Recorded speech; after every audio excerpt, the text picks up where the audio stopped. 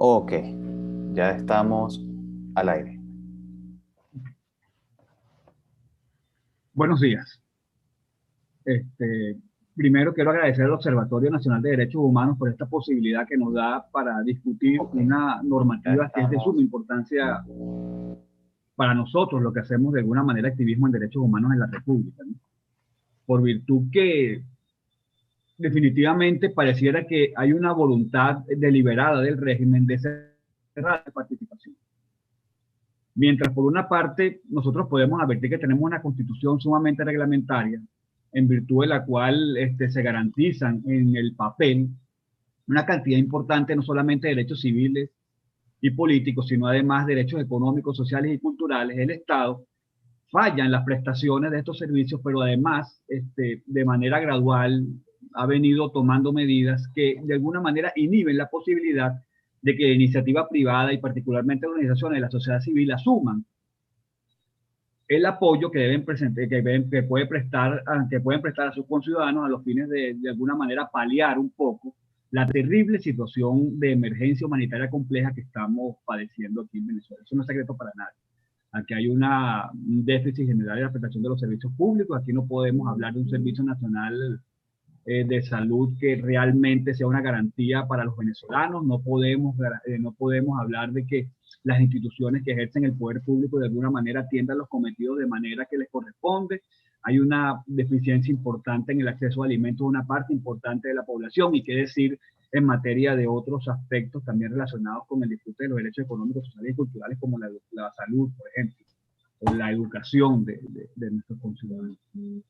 El Observatorio Nacional de Derechos Humanos ha tenido como cometido precisamente hacer una labor de monitoreo de todas estas situaciones asociadas a la violación de los derechos civiles y políticos, pero también de todo aquello que tiene relación con la dignidad de la persona humana. O sea, ya hemos llegado al extremo de que forma parte importante de la labor del observatorio precisamente dar cuenta de aquellos elementos donde la dignidad de la persona humana se ve afectada, como por ejemplo en materia de tortura, tratos crueles, inhumanos y degradantes, la inviolabilidad de la correspondencia, la inviolabilidad del domicilio, la protección del honor y vida privada de las personas, en fin, muchos aspectos que están colocando a la ciudadanía en Venezuela en una situación de vulnerabilidad tal que prácticamente está a disposición de los órganos del poder sin que haya manera de que efectivamente obtenga protección y tutela de sus derechos. En este entorno, pues hoy el Observatorio Nacional de Derechos Humanos ha logrado convocar a dos importantes venezolanos, abogados, pero que han realizado una labor interesante y con dos perfiles totalmente diferentes.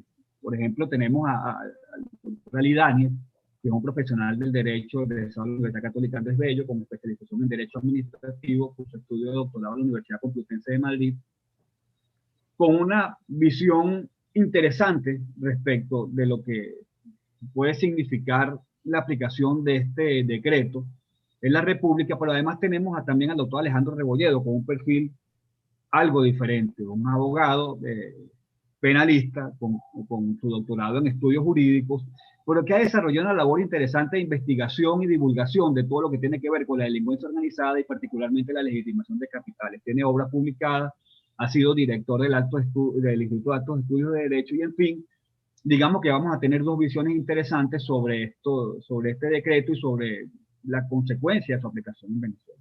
Invito entonces al doctor Ali Daniels que nos dé su percepción sobre esta situación. Vale, muchísimas gracias. Agradezco muchísimo la invitación. Estos espacios son vitales para que la comunidad se entere de estos graves temas que están agobiando en estos momentos a las organizaciones no gubernamentales y a quienes en general luchan por los derechos humanos en el país. Bueno, rápidamente procedo a, si me pueden permitir compartir la pantalla, se los agradecería para visibilizar la presentación. Vale. Chévere. ¿Se ve la presentación?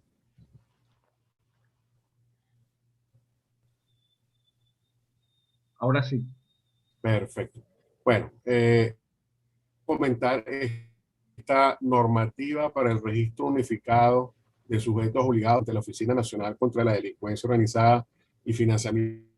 Pero en realidad, este ampuloso y sobrecargado nombre, en realidad nosotros lo hemos querido resumir en esta expresión: el cerco normativo contra la sociedad civil, porque de eso se trata en realidad.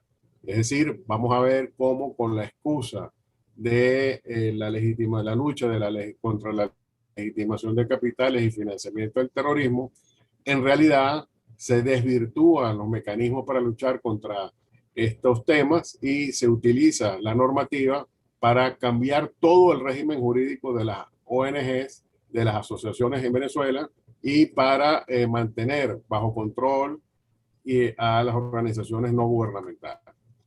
¿Cuál es el contexto de esta normativa? Bueno, desde hace ya bastante tiempo existe una política de Estado que persigue y criminaliza a las ONG. Un ejemplo de esto lo tenemos, entre otras, porque hay más: el allanamiento a Acción Solidaria, el allanamiento a Prepara Familia, el allanamiento a Convite. Dense cuenta que son organizaciones todas humanitarias, todas que se encargan del tema de salud.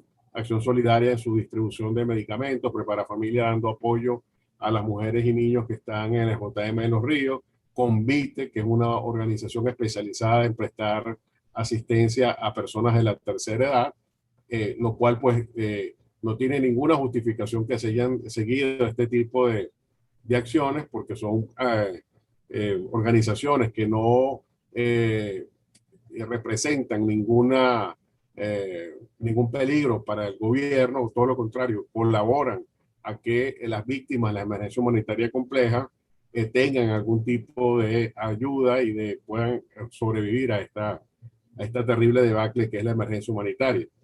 Adicionalmente a eso, tenemos a finales del año pasado también el allanamiento a Alimenta la Solidaridad y a Caracas Mi Convive, que también han sido organizaciones que han dado ayuda, sobre todo de tipo alimentario, en las comunidades populares de Petare. Y esto, como digo, son solo unos ejemplos de esta situación. Adicionalmente, tenemos una campaña también que lleva muchos años, para que tengan una idea, en el récord de comunicaciones que tienen los mecanismos del Consejo de Derechos Humanos. La primera carta que se tiene, que es del año 2010, ya es una carta donde se denuncia la estigmatización de los defensores de derechos humanos, en particular en ese caso de Humberto Prado y de Marino Alvarado. De modo que, como ven, este tema de la estigmatización es una situación que viene desde hace muchísimos años. La imposibilidad, y esto es una cosa también que lleva también bastantes años, de la mayoría, si no todas las ONG, de inscribir actos en los registros y actualizar sus juntas directivas. Conocemos casos incluso de organizaciones en el estado Bolívar que tienen 4 años sin poder inscribir ninguna de sus actas, lo que tiene unas consecuencias muy graves para las organizaciones, porque les impide actualizar sus firmas ante las entidades bancarias. De modo que eso genera pues unos graves problemas que se vienen repitiendo. Y les puedo decir de una reunión que tuve el martes de esta semana, que un grupo de personas que querían registrar una asociación civil para luchar por los derechos de las mujeres, en el registro, esto me lo dijeron ellas, en el registro les dijeron que no podía mencionarse en el acta constitutiva de la asociación civil la palabra derechos, la expresión, perdón, derechos humanos, ¿no? Entonces la pregunta es: ¿cómo tú vas a luchar por los derechos de la mujer si no mencionas la expresión derechos humanos? Pero esto es una muestra más de esta política sistemática de cerco y de amenazas contra las organizaciones. Adicionalmente, y ya como el punto culminante de esta situación, está la detención de los compañeros Azul Positivo y su enjuiciamiento, y esto no es ninguna coincidencia, por legitimación de capitales. Vemos entonces cómo este tema de la legitimación de capitales ha aparecido constantemente como la gran excusa para cometer este tipo de atropellos, a pesar de que en el caso de Azul Positivo está claramente demostrado que ese delito nunca se ha cometido. Luego está la circular de la SUDEBAN instruyendo al sistema bancario que monitorease las cuentas de las entidades, de las ONGs.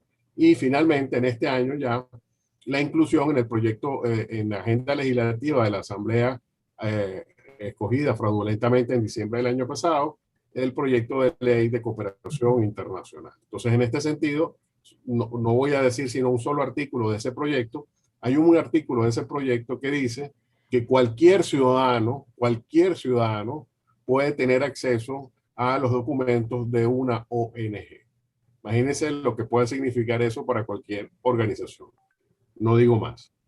Entonces, en ese contexto, se ve este tema de la ley orgánica contra la delincuencia organizada. Es una ley vieja, una ley de ya 9 años, del año 2012, que lo que nos dice mucho de la poca preocupación que tiene el gobierno por implementarla, porque ahora es que está tomando algún tipo de medida al respecto. Entonces, en este sentido, se habla de la lucha contra la delincuencia organizada, pero tiene una ley que tiene 9 años y ahora es que te estás preocupando por algunos aspectos de la misma. En su artículo 9, efectivamente, numeral 6, se señala que las fundaciones, asociaciones civiles y demás organizaciones sin fines de lucro son sujetos obligados. En este sentido, todas las organizaciones sin fines de lucro son sujetos obligados y eso incluye, debo aclararlo, a los sindicatos, en la medida que estos puedan recibir donaciones o puedan manejar cooperación internacional. Lo digo porque ha sido una pregunta que me han hecho en estos días. Luego, tenemos que la ley establece 23 categorías generales, al menos que contamos al menos 23 categorías generales de sujetos, porque, por ejemplo, ¿por qué hay categorías generales? Porque se mencionan este tipo de sujetos. La banca, el sistema bancario, las empresas de seguro. Entonces, claro, cada uno de esas áreas tiene a su vez una serie de empresas de diferente naturaleza que también estarían incluidas dentro de esta situación. Y en el artículo 8, numeral 13, aparece finalmente este famoso registro que ahora quiere imponerse, donde se dice que se mantendrá un registro actualizado de los sujetos obligados. Entonces, como se ven, este registro actualizado es la única expresión que aparece en la ley sobre este tema. No se dice ni cómo se tiene que hacer, ni cuáles son los límites, ni cuáles son las exigencias del mismo. Ahora bien, antes de entrar a la providencia, y muy rápidamente, porque me imagino que quien hablará después de mí lo hará con mucha mayor propiedad, solamente quiero decir que la lucha contra la delincuencia organizada y financiamiento del terrorismo no es algo que el gobierno puede definir arbitrariamente, ni es algo que el gobierno pueda señalar qué contenido indiscriminadamente pueda tener, sino que ya eso tiene unos parámetros internacionales que fundamentan la búsqueda de este tipo de delitos en el monitoreo fundamentalmente del sistema bancario, ¿no? Y además tiene unos estándares internacionales por una organización intergubernamental que tiene más de 30 años de fundado, que es el GAFI, que es el Grupo de Acción Financiera Internacional. Esa organización de la cual forma parte Venezuela en su capítulo del Caribe, el GAFIC, tiene un documento que se llama Los Estándares Internacionales en esta materia y que a su vez tiene un capítulo que se llama Las 40 Recomendaciones del GAFI.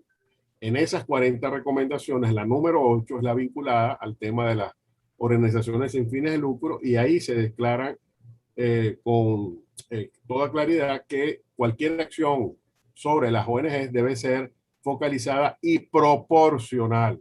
Y en la nota interpretativa de esa misma recomendación se habla de que ninguna medida tomada para controlar la delincuencia organizada puede interrumpir o desestimular a las organizaciones sin fines de lucro.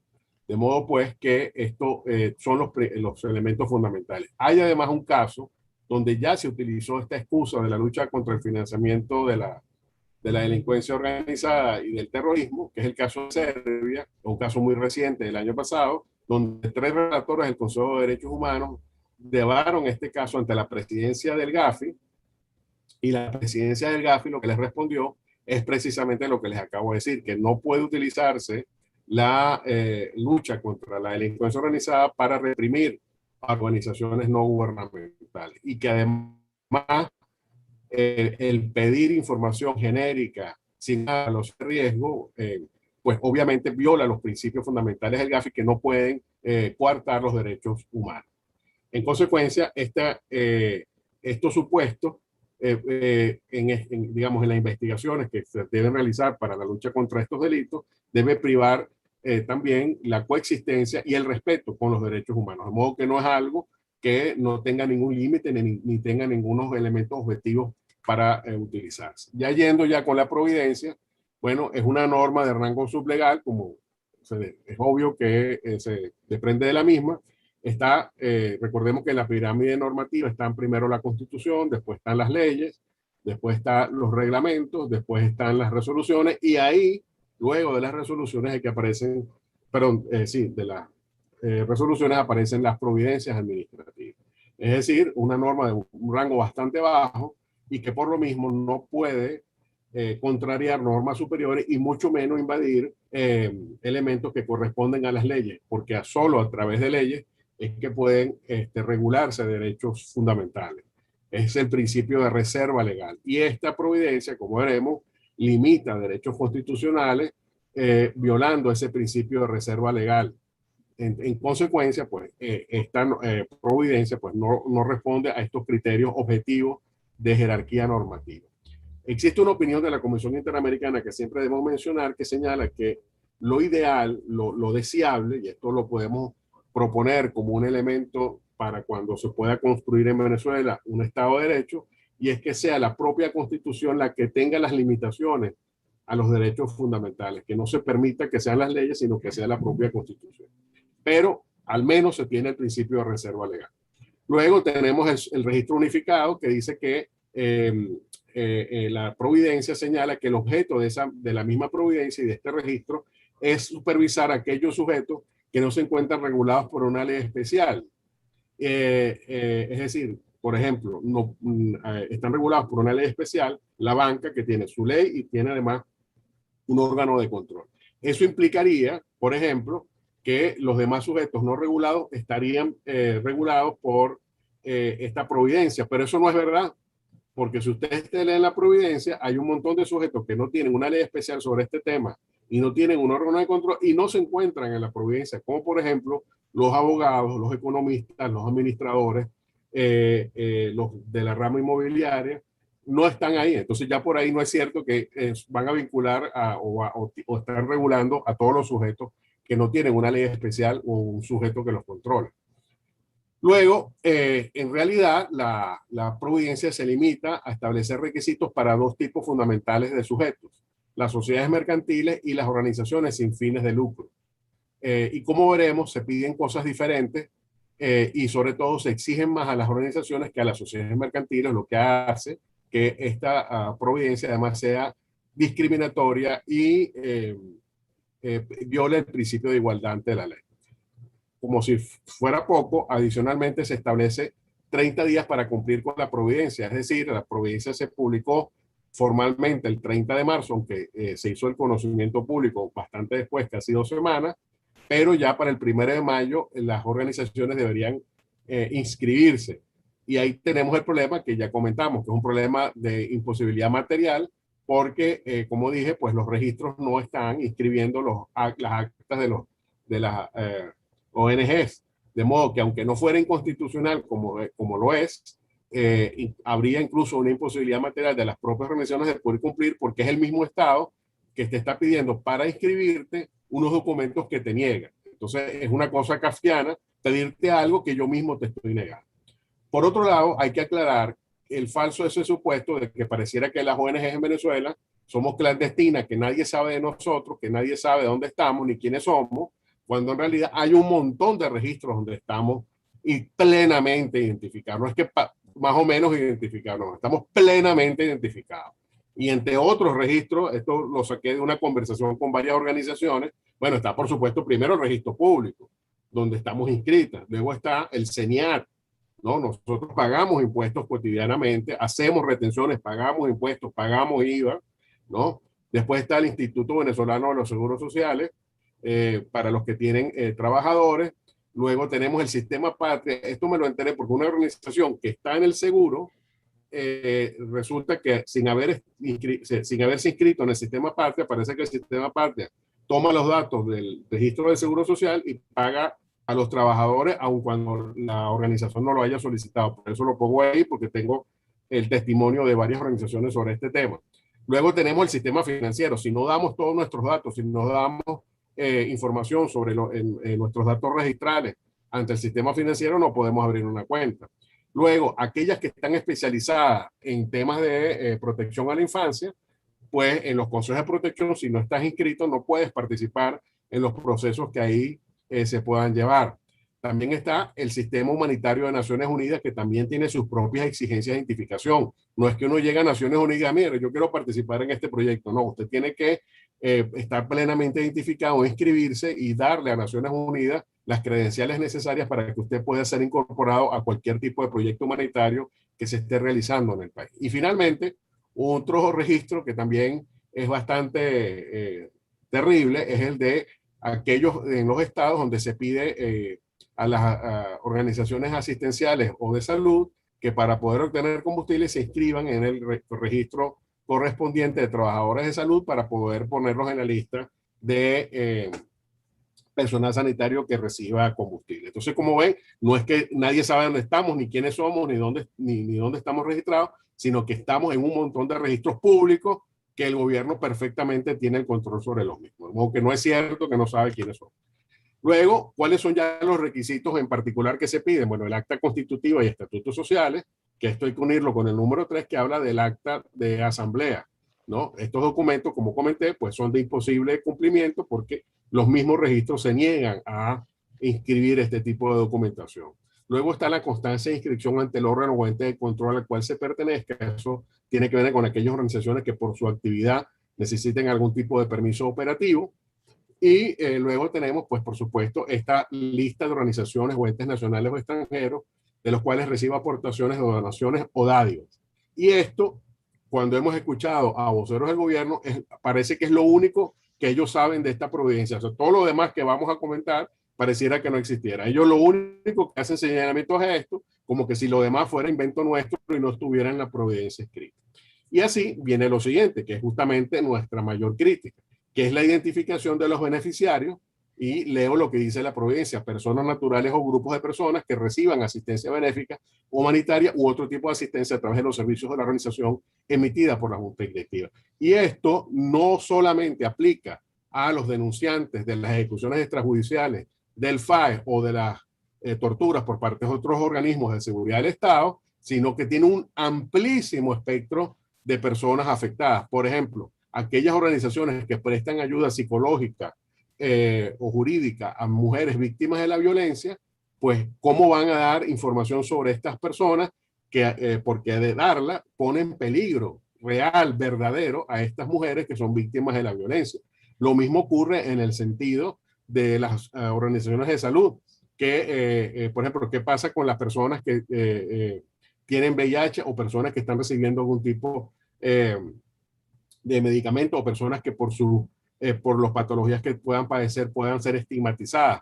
Entonces, en ese sentido, esta normativa de la providencia viola el artículo 69 de la Ley Orgánica de Salud, que señala que los historiales médicos de las personas son confidenciales. O sea, solo ya por eso esta providencia es ilegal. En consecuencia, padece el vicio de legalidad y ya es nula solo por ese tema, ¿no?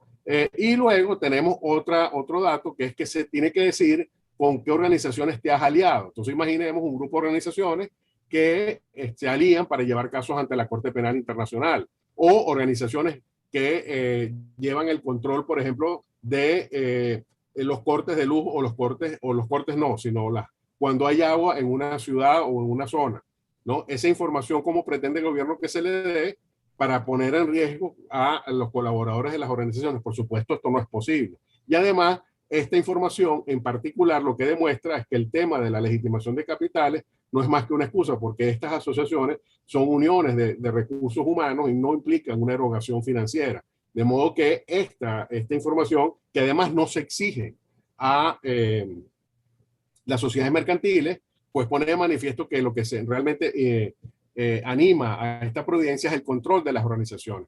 Tampoco se le pide a las sociedades mercantiles la lista de clientes, que sería el correlativo a la lista de beneficiarios, una vez más demostrando que a las organizaciones se les está pidiendo más y se les está discriminando respecto de otros sujetos obligados en la providencia. Dos elementos que son tan graves como los anteriores y a los cuales no les hemos hecho tanta señalamiento ante la opinión pública, porque realmente los vicios de esta prudencia son tantos que no da tiempo, generalmente los espacios que no dan para declarar, pues tenemos estos dos situaciones que, como digo, son tan graves como las anteriores, porque la prudencia dice que una vez entregados los recaudos, pueden hacerse visitas in situ para verificar la veracidad. Es decir, un funcionario sin aviso, porque no está regulado nada, y además puede estar varios días ahí, porque tampoco hay un límite, puede ir a una organización y querer ver a estas mujeres que esto le ayuda psicológica, o querer ver a los pacientes con alguna patología estigmatizante, o que pueden querer ver a personas que están denunciando al FAES o que están denunciando tortura. Obviamente eso no puede ser aceptable, ¿no? Y además eso también pondría en peligro a los propios colaboradores de las ONG, porque verían un funcionario que los va a identificar, que va a saber qué están haciendo, y esto por supuesto va a alterar el trabajo de las organizaciones, porque va a ser una intromisión, y es una intromisión inaceptable. Luego, para que quede más claro todavía, para que se vea cómo esta provincia cambia el régimen jurídico de las asociaciones en Venezuela, se dice que una vez que se esté en conformidad con los recaudos, se generan las credenciales correspondientes para que el representante legal de la persona y el oficial de cumplimiento cumplan con sus respectivas funciones. Es decir, leyendo esta normativa, se está diciendo que estas credenciales son las que habilitan a el representante legal de la persona jurídica para ejercer sus funciones. Es decir, se está dando un permiso, se está sometiendo a los responsables de las organizaciones a que puedan actuar solo si tienen este permiso. Y esto también es inaceptable, porque esto es una limitación que va al núcleo del derecho de asociación, que no tiene este tipo de requisitos y que no está bajo un régimen de permiso. Y finalmente se expide este certificado que hay que renovar anualmente, con lo cual vas a mantener las organizaciones en un vía crucis todos los años, teniendo que destinar tiempos y recursos que no tenemos para mantener un registro que en realidad no es para la lucha contra la delincuencia organizada, sino para mantener controladas, porque entonces cuando una organización moleste mucho al gobierno, simplemente con negarle este permiso, pues le vas a impedir que pueda seguir funcionando. Eso es absolutamente intolerable y violatorio a los derechos humanos.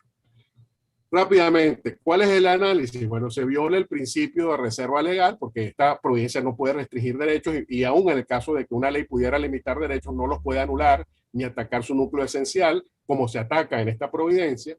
Es discriminatorio porque se exige a las organizaciones más que a otros sujetos obligados, como ya vimos respecto de las sociedades mercantiles. Hay un vicio de desviación de poder, porque con la excusa de la legitimación de capitales, en realidad lo que usted está buscando es el control de las organizaciones.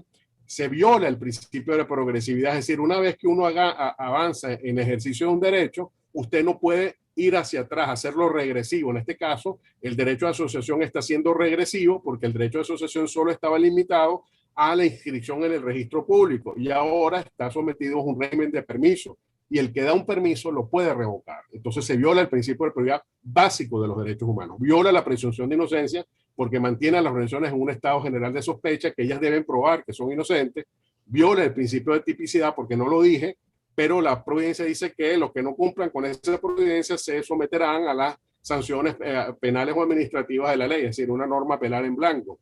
Viola el derecho de asociación, por lo que ya expliqué, desnaturaliza los mecanismos de control de legitimación de capitales, porque los destina para un fin diferente al que debe ser, pone en riesgo no solo a las víctimas, sino a los colaboradores de las organizaciones, y al criminalizar la cooperación, pone en riesgo la misma cooperación internacional, porque muchos donantes van a decir, bueno, si trabajar con Venezuela va a poner en riesgo a las organizaciones y a las víctimas, evidentemente yo no voy a querer seguir colaborando ni aportando fondos para esto, ¿no? La cooperación internacional es básica para el derecho de asociación, y así lo dijeron los relatores en su comunicación a la que hice referencia al principio de esta exposición.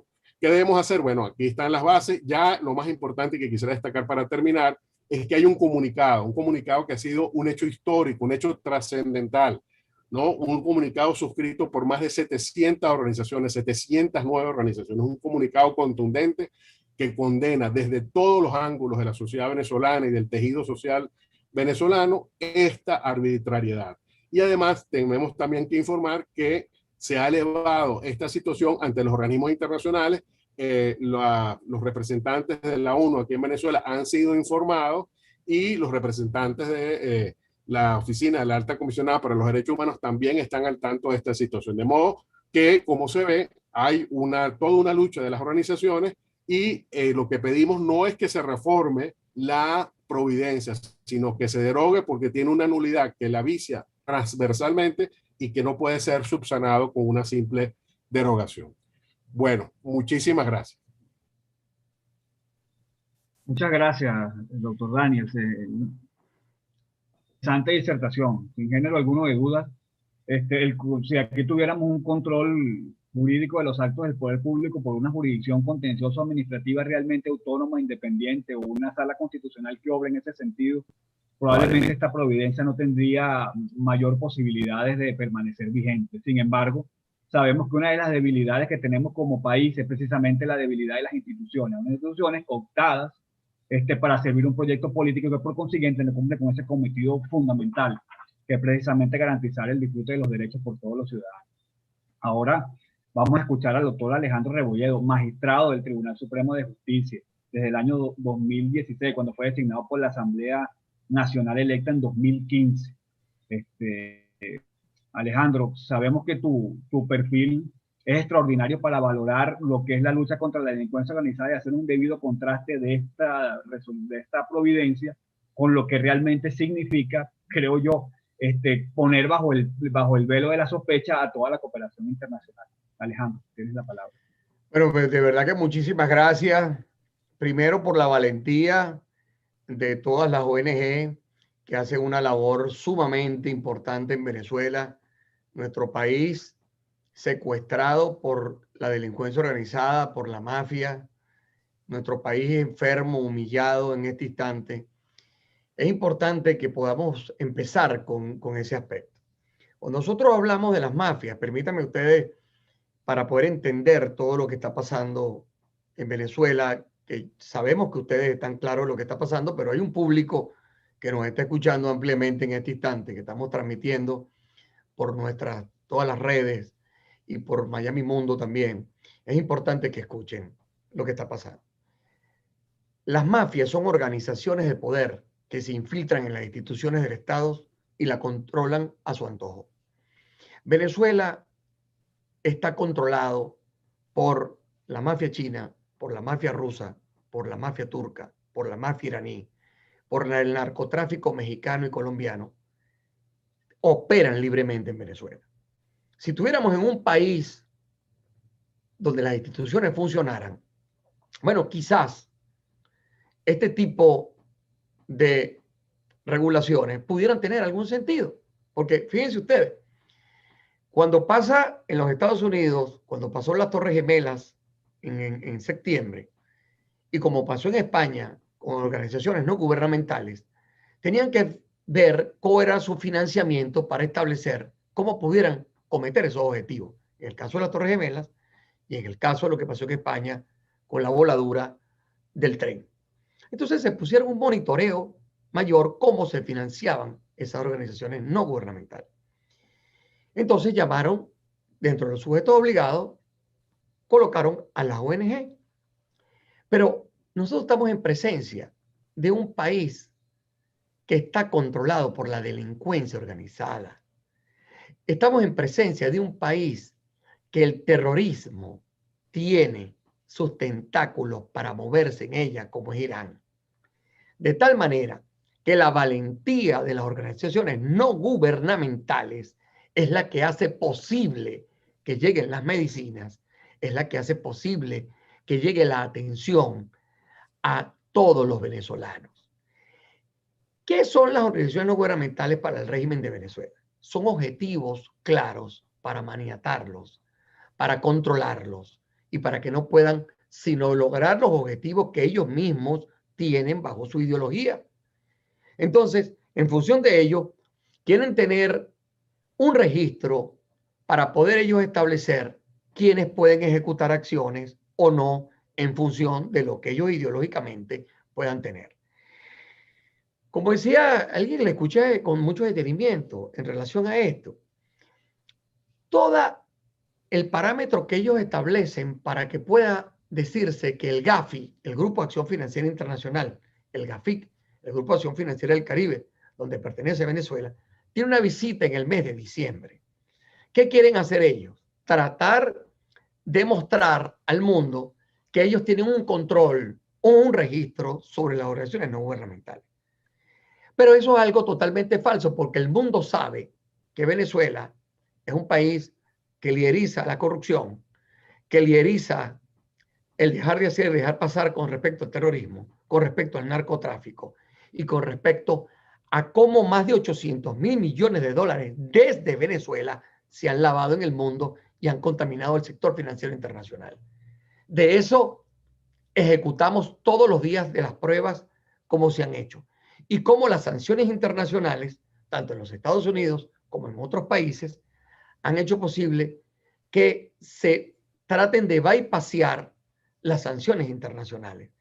En ese registro está totalmente claro cómo Venezuela o el régimen de Venezuela hace posible para bypassear esas sanciones internacionales. Porque las sanciones no se han ejecutado en función de que es un capricho, sino que se han podido tejer una red donde se han podido entender cómo sujetos han hecho posible financiar actividades ilícitas en Venezuela. Están muy lejos las organizaciones no gubernamentales de estar en presencia de esas ejecuciones, de poder financiar el terrorismo o poder financiar el lavado de dinero. Es todo lo contrario. Las organizaciones no gubernamentales de Venezuela lo que han hecho es llevar vida a Venezuela, es llevar salud a Venezuela, es llevar justicia a Venezuela desde la forma en que puedan ejecutarlo. Con esto lo hablo con propiedad, porque todos los días estamos mostrando las pruebas cómo estos sujetos están llevando estas acciones internacionalmente. Pero como les dije, es una forma de tratar de llevar un objetivo claro por la visión ideológica que las organizaciones no gubernamentales puedan ceñirse a los parámetros que ellos quieren. Ali dio una explicación clara bajo el punto de vista jurídico de cómo se viola claramente y cómo están registradas permanentemente. Si bien es cierto que la ley orgánica contra la delincuencia organizada, que nosotros estuvimos en presencia de ella en la Asamblea Nacional para discutirla y hicimos una propuesta de reforma en la ley orgánica contra la delincuencia organizada en la Asamblea Nacional, precisamente cuando se habla de los sujetos obligados, se trata de colocar a todos la sociedad activa, tanto en bancos, empresas de seguro, casas de bolsa, quienes puedan de alguna manera manejar recursos, porque lo que tú quieres establecer es el origen de los fondos, es de dónde vienen los fondos, porque quieres prevenir precisamente que se infiltre de alguna manera fondos que contaminen al sector financiero. Pero es que estamos en presencia de un país que está haciendo todo lo contrario mundialmente. Todo lo contrario mundialmente en los estándares internacionales. Es decir, Venezuela está colocado mundialmente como un país que se financia producto de las actividades ilícitas mundiales. Es así, tanto es así, no las ONG, es el país, el régimen, cómo se financia. Totalmente pruebas. Hay un sujeto, por ejemplo, que se llama Alex Saab, que está siendo enjuiciado en Cabo Verde. Lo traigo a colación porque es sumamente importante hablar de esto. Este señor está siendo enjuiciado en Cabo Verde o está solicitado en extradición en Estados Unidos por 350 millones de dólares de haberlo blanqueado en los Estados Unidos.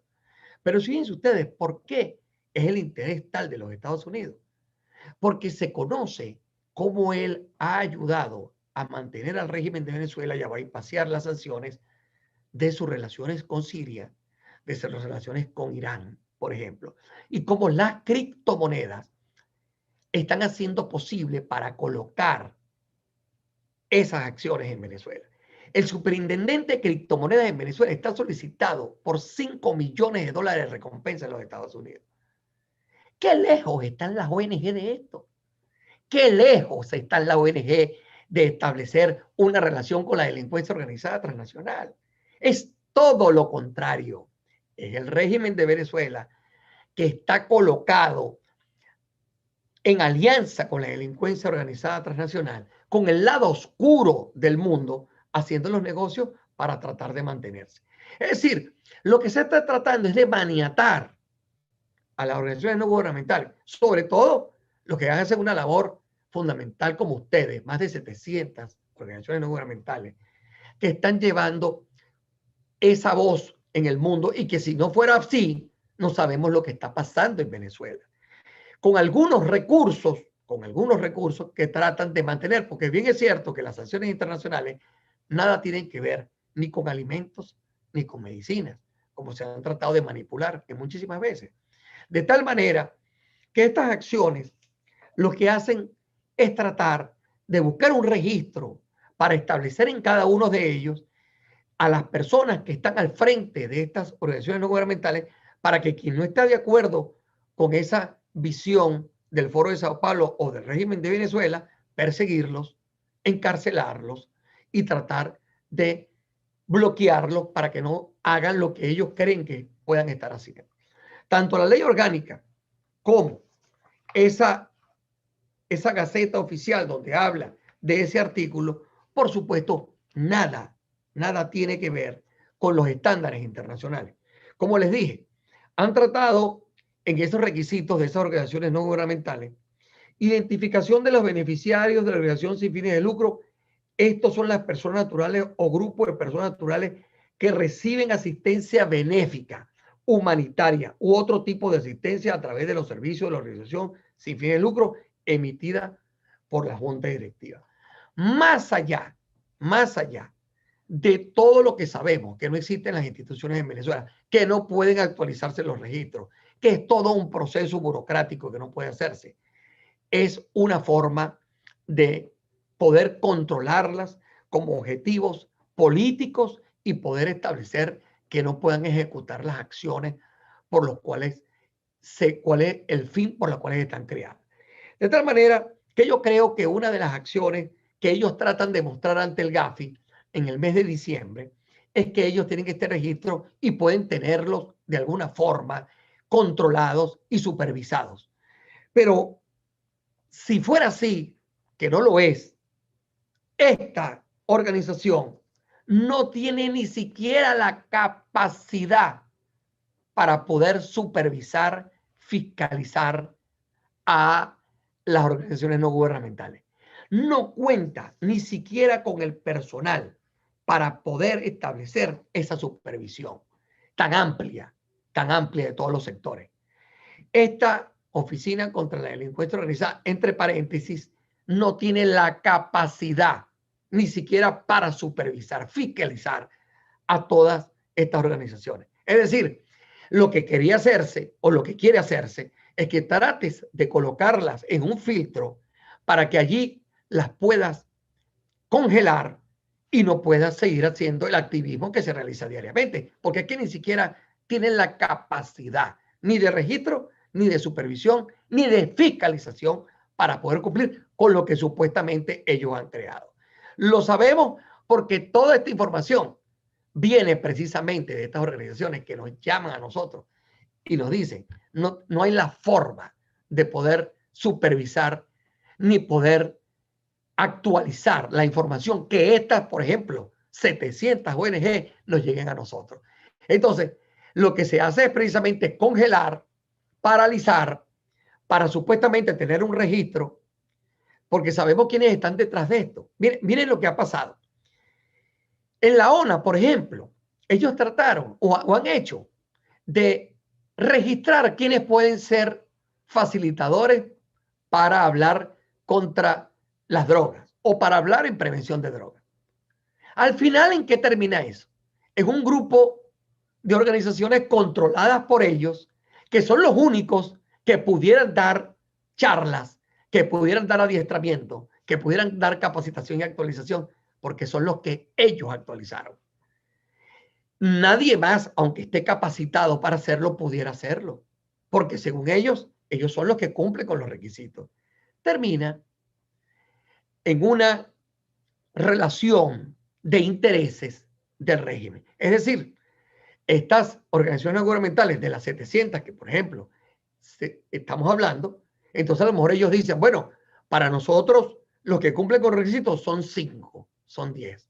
El resto de las 690 no pueden activar en Venezuela porque para nosotros no cumplen con los requisitos. Al final, ¿quién es el que percibe este daño o no puede colocársele la acción? Es el pueblo de Venezuela. Como les digo, no estamos en presencia de un país normal que quisiéramos tener. Estamos en presencia de un país sancionado, secuestrado por la delincuencia organizada transnacional. Así lo vemos en el exterior. Así lo ven muchos países. Y quienes traten de hacerse de alguna manera la vista gorda de alguna relación con el régimen, saben muy bien que no pueden operar. Porque el dólar americano es la moneda más utilizada en el mundo. Y cuando tú tienes una sanción por los Estados Unidos para utilizar el dólar americano, no le queda otra cosa al régimen de Venezuela sino moverse en criptomonedas y moverse en euros. De tal manera que esa sanción no logra que ellos puedan activarse en sus actividades. Entonces logra que mediante el efectivo lleguen sujetos de distintos países que se mueven por el lado oscuro a manejarse con el petróleo y con el oro de Venezuela. Ustedes, régimen de Venezuela, son los que realmente están financiando al terrorismo. Ustedes son los que realmente están manejando las actividades ilícitas. Las ONG de Venezuela son las que realmente están llevando vida y acción a nuestro pueblo. Nosotros en el mundo estamos claros financieramente qué están haciendo.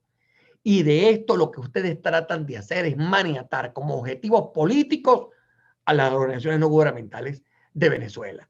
Por lo tanto, quiero que sepan ustedes que nosotros estamos aquí en la defensa de todo lo que ustedes están haciendo y estamos activando con mayor firmeza estas acciones para llevarlas a las organizaciones que tienen que ver con los financiamientos y las organizaciones que tienen que ver cómo se establecen estas formas de moverse y de ejecutarse en un país como el nuestro. Muchas gracias. Si hay alguna pregunta, estoy a la orden. Bueno, excelente, excelente. Sí, hay preguntas que nos han formulado desde la plataforma de YouTube y quisiera compartirlas con ustedes.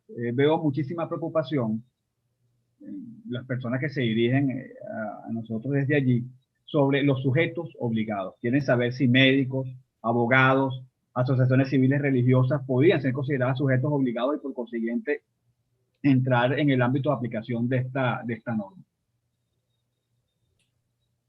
Bueno, en el caso particular de las organizaciones religiosas, sí están incluidas porque justamente es una manera asociativa de recibir fondos. En el caso particular de los médicos, ellos como personas naturales no están mencionadas expresamente, pero en la medida en que algún médico participe, por ejemplo, en una organización no gubernamental o colabore con alguna de ellas, pues también podría ser objeto de escrutinio, pero en particular las asociaciones de tipo religioso están especialmente vinculadas por la ley. De hecho, en la nota explicativa, la recomendación número 8, cuando se habla de qué son organizaciones sin fines de lucro, expresamente se habla de las organizaciones caritativas, lo cual entra pues dentro del rango de este tipo de organizaciones. Y por eso es que hay tantos afectados, porque no es solo las que denuncian violaciones a derechos humanos, sino incluso las que se dedican a actividades estrictamente caritativas y religiosas. Bueno, mira, fíjate, Juan, fíjate lo siguiente. Este tipo de normativa surge internacionalmente en relación cuando, por ejemplo, en el caso de las organizaciones no gubernamentales dedicadas a la caridad, eran las que estuvieron vinculados en el momento de los sucesos de las Torres Gemelas. Cuando eso pasó, cambió la normativa internacional con respecto a cómo monitorear el financiamiento con respecto a eso. Como te digo, lo más importante establecer en este tema con Venezuela es en presencia de qué estamos y en presencia de cuál es la gravedad de la situación en Venezuela humanitaria, que tiene que ver con los derechos humanos. Tú no puedes, en una situación tan grave como está pasando nuestro pueblo, nuestro país, maniatar a las organizaciones no gubernamentales, que son las que están llevando recursos y están llevando vida a todo el país.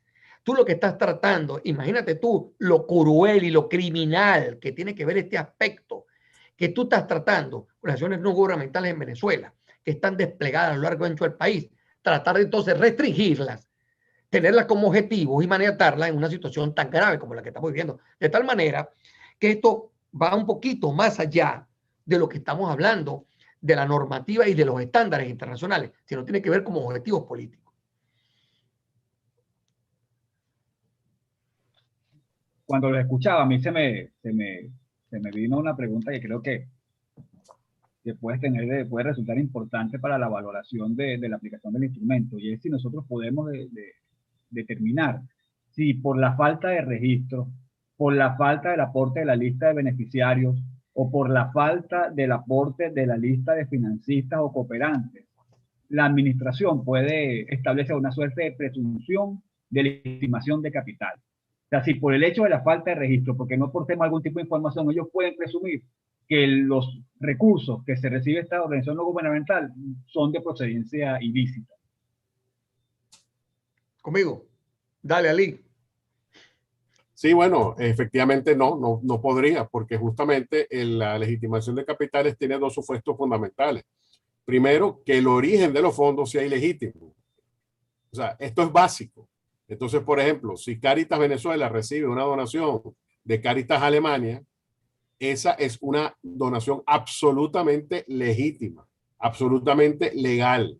En el caso, por ejemplo, de los compañeros Azul Positivo, ellos desde el primer día explicaron de la proveniencia de los fondos y cómo una organización internacional era la donante, y la dijeron con nombre y apellido y le dijeron los datos y dieron la información correspondiente. Y además, el segundo elemento es que además el dinero, una vez que tú lo tienes venido de una actividad ilegal, lo limpias y lo regresa a ti, entre paréntesis o entre comillas, legitimado, ¿no? Entonces, en este caso tampoco se dio ese supuesto, porque ese dinero que venía de la cooperación internacional terminaba en manos de familias en las zonas populares de Maracaibo que compraban comida con ese dinero.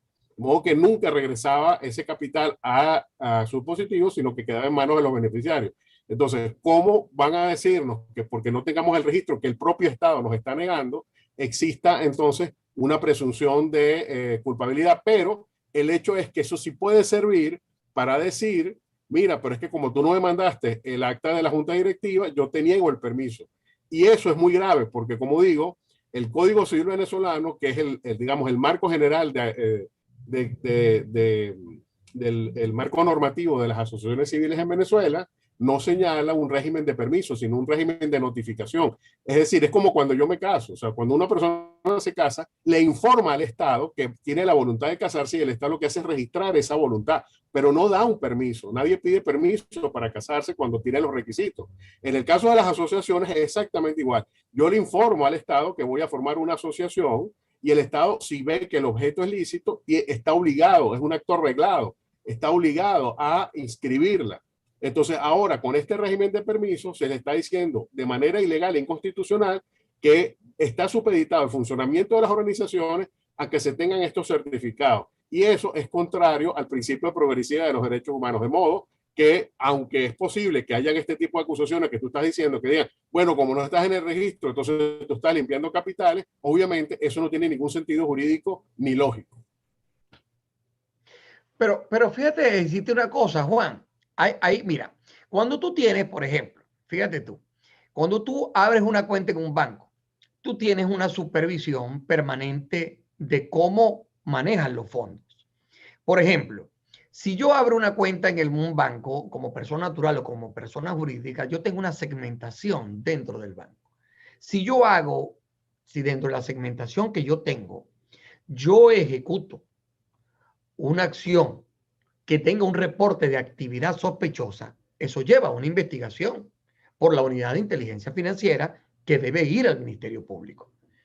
Es decir, si yo soy una persona, una asociación civil sin fines de lucro, y yo digo o tengo un movimiento en mi cuenta bancaria normal, donde eso ejecuta un reporte, una actividad sospechosa, eso va a tener una investigación ante el Ministerio Público.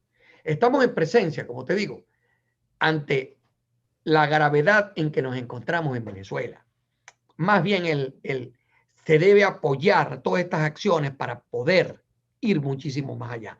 Si yo tengo un movimiento bancario que ejecuta un reporte de actividad sospechosa, bueno, el Ministerio Público tendrá que investigar cuáles son el origen de los fondos y establecer la responsabilidad bien que tenga de eso. Es decir, no quiere decir que si yo no estoy registrado, yo no sé, hay un monitoreo permanente de dónde provienen los fondos. Está totalmente porque todas estas asociaciones tienen cuentas en los bancos. Todas estas asociaciones saben cuáles son los diferentes movimientos que ejecutan.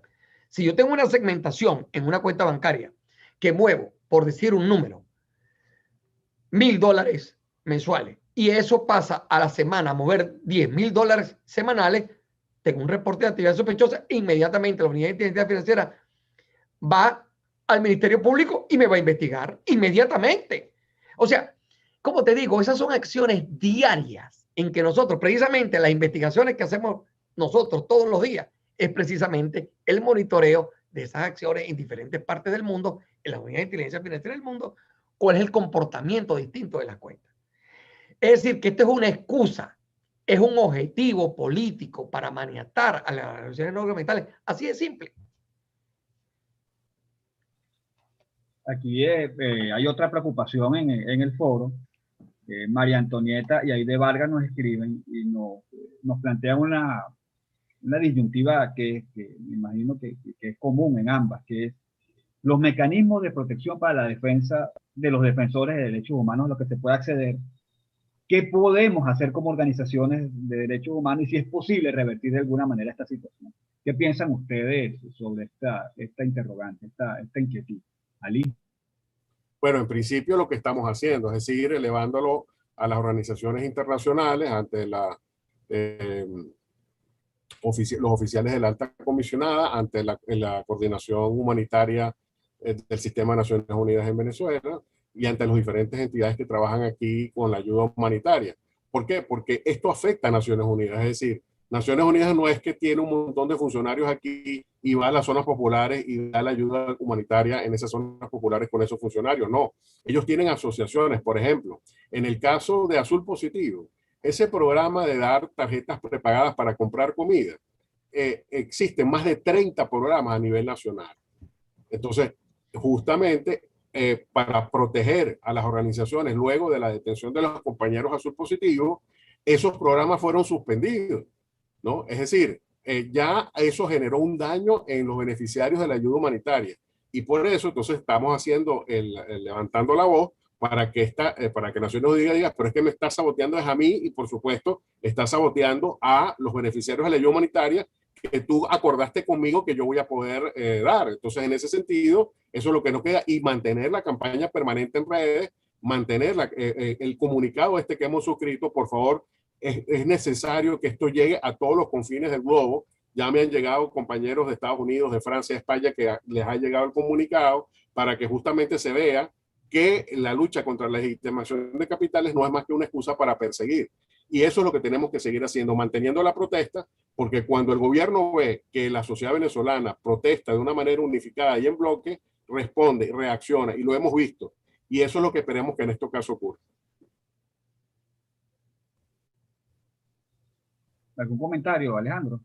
Bueno, precisamente estamos activando esto, como te digo, estamos tratando en este instante que esto se pueda difundir ampliamente. Estamos conectados con varios medios en este instante, esta transmisión que estamos haciendo, estamos conectados con varios medios aquí en los Estados Unidos, porque como estamos hablando, lo que interesa es que esto pueda escucharse y pueda entenderse la gravedad de la problemática que estamos viviendo en Venezuela. Entonces, como te digo, no va a dejar de cumplirse con los estándares internacionales en relación al movimiento diario que tú tienes con una cuenta bancaria. La que tengas tú, la que tenga una ONG, es un tema diario de lo que se está ejecutando. Todo el sistema financiero sabe cómo se está moviendo. Cuando eso no pasa, se ejecutan las señales de alerta y precisamente hay un congelamiento de esos fondos. Si yo voy a tener, por ejemplo, un financiamiento de Irán, fíjate tú para tratar de redondear este tema. Estos países son sancionados porque son vinculados con el terrorismo. El régimen de Venezuela tiene una línea directa con Irán, que es un país financista del terrorismo. Es decir, imagínate tú la gravedad, como nosotros mundialmente, cada movimiento bancario se monitorea del régimen de Venezuela porque nada más y nada menos está asociado a Irán. Las organizaciones no gubernamentales, si hay alguna transparencia, son las organizaciones no gubernamentales, porque saben cuál es el origen y el destino de los fondos, porque permanentemente están rindiendo cuentas cuando hay un financiamiento de este tipo, a quién le llevan una medicina, a quién le llevan, a quién le pueden asistir. De tal manera que esta es uno de los objetivos más graves que está haciendo el régimen criminal de Venezuela.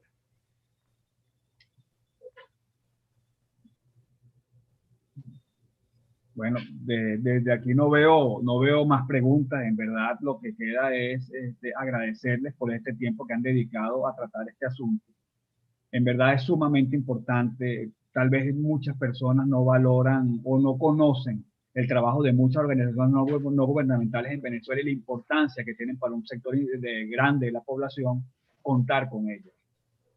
Hoy día, digamos que esto es un ataque directo a las organizaciones no gubernamentales. Este es un ataque directo a la posibilidad de que nuestros conciudadanos reciban ayuda humanitaria.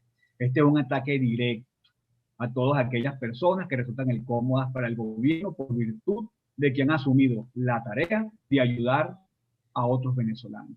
Esa es nuestra realidad. Debo agradecer al Observatorio Nacional de Derechos Humanos por esta oportunidad de haber participado en este foro y compartir con dos extraordinarios venezolanos que desde cada uno de sus espacios trabaja porque tengamos una mejor Venezuela. Desde aquí les doy un abrazo y les manifiesto mi más sentido agradecimiento. Debemos estar como venezolanos atentos a todas estas situaciones. Lo que pretende el Estado no es más que inhibir la labor humanitaria, es inhibir que nos ayudemos unos a otros.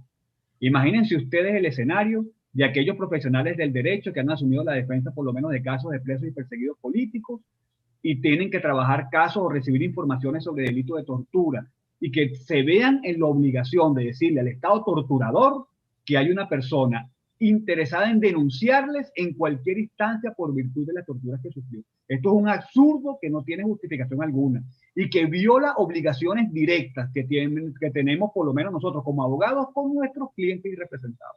O sea, esto es inadmisible. O sea, esto no puede pasar.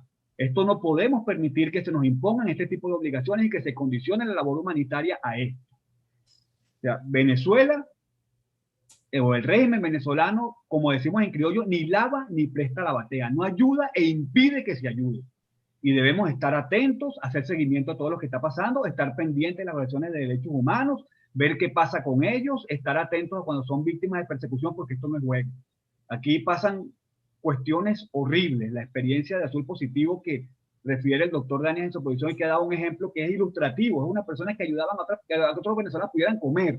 Y esto les costó la privación de la libertad y a que un juez declarara que la ayuda que se recibía de una nación humanitaria era ilícita y que su uso era punible porque estaba legitimado en capitales como si fuera un delito recibir ese dinero. O sea, debemos estar atentos a esta situación y les invito a que no olvidemos la realidad de nuestros conciudadanos y que en sustancia nos estemos informados y nos apoyemos los unos a los otros. Debemos estar unidos como organizaciones no gubernamentales.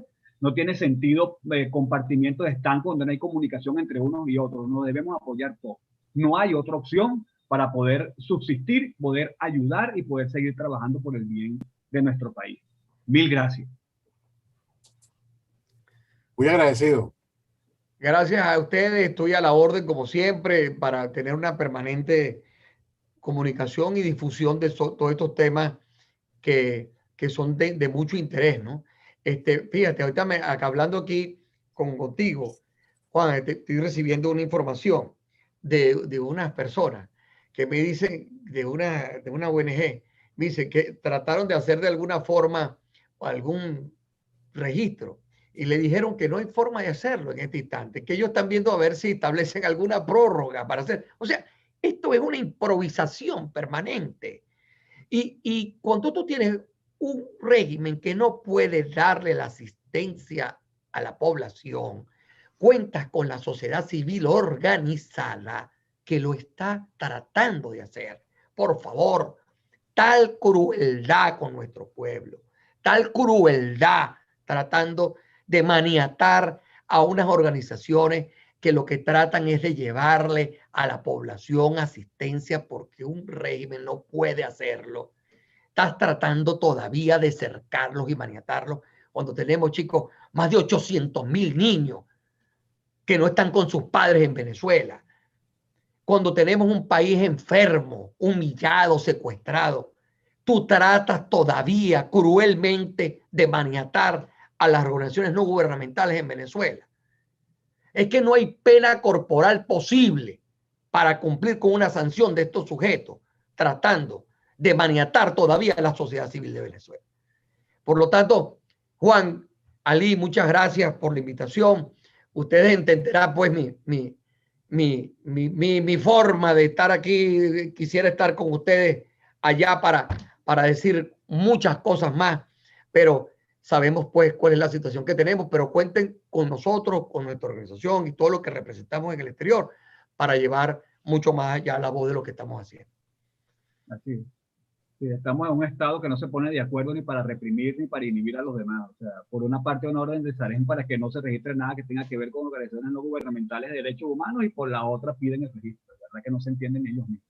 Esa es nuestra realidad. Anomia total. Un abrazo. Gracias.